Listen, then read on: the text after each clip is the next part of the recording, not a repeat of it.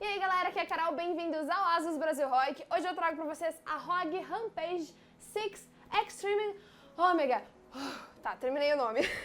Então, gente, eu queria mostrar pra vocês este artefato trazido pelos deuses. E eu não vou dizer pra vocês o que ele é, vou fazer vocês ficarem curiosos e vocês vão ter que ver todo o vídeo pra descobrir qual é a bênção que está contida neste componente novo. Então, se você é novo por aqui, já se inscreve no canal, ativa as notificações, deixa o seu like e bora pro vídeo.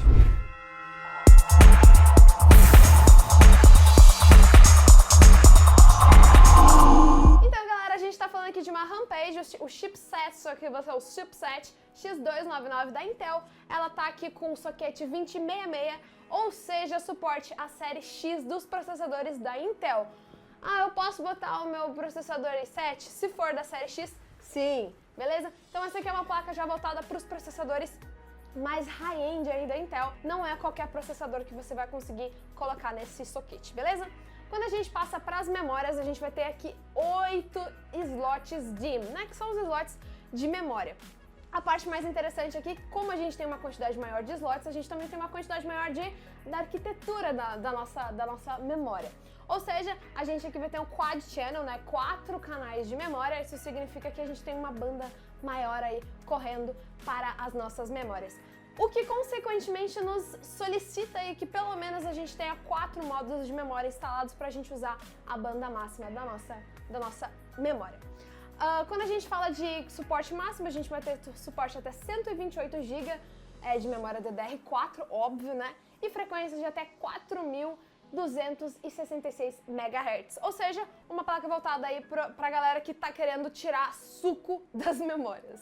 E claro que a gente vai ter também suporte ao XMP, que é basicamente perfis pré-carregados na sua memória. Então, quando a gente fala disso, é interessante você sempre carregar o XMP para que a sua memória já tenha aí os times otimizados. Então, acaba sendo interessante, claro, a placa também precisa ter suporte. Não adianta a gente ter só o perfil na memória, né? A placa também precisa conseguir ler essas informações. Quando a gente passa para multi-GPU, para as GPUs, para os slots PCI Express X16, a gente vai ter 13 slots. Esses 13 slots, eles já estão equipados com o ASUS Safe Slot, que é aquela armadura ao redor do slot, que também tem, né, algumas soldas mais fortes, mais resistentes, para que você possa colocar as placas de vídeo aí mais pesadas sem ter nenhum problema, sem que o slot ceda, sem que a própria placa aí tenha algum problema de ficar caindo, né, uma em cima da outra. Então é interessante a gente ter uma placa que suporte a placa-mãe, que suporte a placa de vídeo. Que não tenha nenhum problema aí com o peso. Quando a gente fala então da quantidade de placas que a gente pode instalar, supondo que você tenha um processador de 44 vias PCI Express instalado no socket, a gente vai conseguir fazer um multi-GPU de 3, né, 3-way SLI, né, 3 placas de vídeo da NVIDIA e 3-way Crossfire X, ou seja, também 3 placas de vídeo da AMD. Quando a gente fala aí de quantidade de vias disponíveis para cada uma das placas, com uma placa de vídeo instalada a gente vai ter X16, né, só no primeiro slot. Com 2 placas de vídeo instaladas, a gente vai ter X16, X16, e com 3 placas de vídeo instaladas, a gente vai ter X16, X8 e X8. E claro, né, como a gente precisa também ter uns slotzinhos de expansão, a gente vai ter aqui no meio do segundo e do terceiro slot um PCI Express X4. Então você pode fazer alguma expansão aí também que seja interessante para o seu caso. De repente uma placa de captura, alguma coisa nesse sentido. E claro que a gente não podia falar do ROG DIMM nem no início nem no final do vídeo, a gente tem que falar no meio para vocês terem que ver todo o vídeo e claro, dar seu joinha, não se esquece do joinha. Então, o que será este artefato mágico trazido pelos deuses nórdicos? A gente tem aqui nada mais, nada menos do que um módulo de memória adaptado que conecta a um slot de memória adaptado. Então, esse ROG DIMM vai se conectar na conexão aqui DIMM.2. DIMM.2, porque isso aqui é um slot adaptado para que ele receba 2 M2, 2 SSDs M2, né, com tamanho máximo de 22.110 e trabalham aí em PCI Express X4, com suporte também ao NVMe, que é o protocolo aí para esses SSDs. A parte mais interessante é que a gente vai ter aqui, esse DIMM, ele conversa direto com o processador, ele não passa pelo chipset. Além desse ROG DIMM, a gente também vai ter uma porta U2 e mais um outro slot M2 que também trabalha com PCI Express X4, NVMe, com tamanho máximo de 22.110, que são conectados direto no processador. Mas a gente vai ter mais um slot M2, que vai ser aí trabalho do nosso chipset, esse slot aqui embaixo. Ele vai ter suporte a tamanho de até 2280 e pode trabalhar tanto em SATA como em PCI Express. Então, só pra gente resumir rapidinho essa parte de armazenamento. 2 slots M2 nesse ROG DIMM, mais 2 slots M2 na placa, 6 portas SATA 3 e uma porta U2, beleza?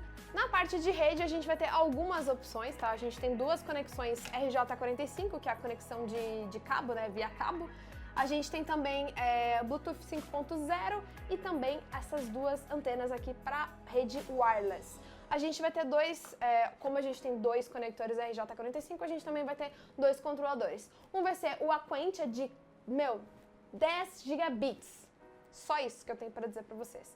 Um Aquantia 10 gigabits, que é claro, né, pra gente conseguir fazer, para você poder fazer a utilização disso tudo, você precisa ter router, modem e internet, claro, que consigam trabalhar nessas velocidades.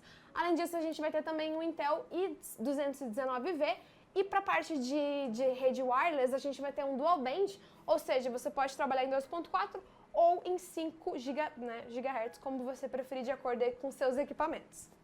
Na parte de áudio, a gente vai ter um Supreme FX S1220A, capacitores premium e aquele, claro, né, aquele recorte no PCB para que outros componentes não gerem nenhum ruído no seu áudio, que você possa ter sempre um áudio cristalino e bem fiel. Além disso, a gente tem suporte aí a qualidade de até 32 bits e 192 kHz, beleza? Agora na parte de conectores USB a gente vai ter bastante coisa, então vamos lá. 2 conectores USB 2.0 na placa, 2 conectores USB 3.1 de primeira geração e um conector 3.1 de segunda geração, isso conectores direto na placa, tá? Os conectores 2.0 e 3.1, eles vão suportar até 2 portas no seu painel frontal. Lembrando, seu gabinete precisa ter essas USBs para você poder fazer utilização desses conectores, tá? E claro, a segunda geração do 3.1 suporta apenas uma porta, porque a gente tem uma taxa de transferência maior. Quando a gente fala no nosso painel traseiro, a gente já comentou um pouquinho, né? Que a gente tem aqui as nossas conexões das antenas, a gente tem 25.000 USBs, tô brincando, gente.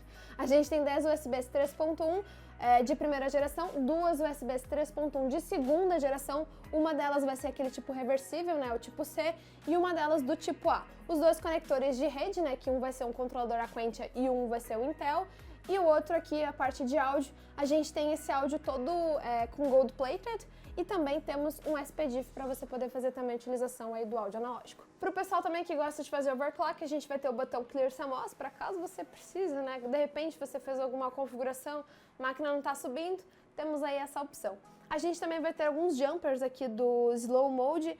Aqui embaixo a gente vai ter os botões do Start, do Reset, do Retry e do Safe Mode. Para auxiliar também na parte de códigos, a gente vai ter um display OLED nessa região aqui, que vai mostrar os códigos do post e, claro, né, você pode se guiar por esses códigos para saber qual dos componentes que, de repente, não está aí, né, nos seus melhores dias para você poder fazer a troca, o reparo dele e ter seu computador funcionando novamente. Quando a gente fala de refrigeração, a gente vai ter o CPU APT, o CPU Fan, que né, especificamente para o processador.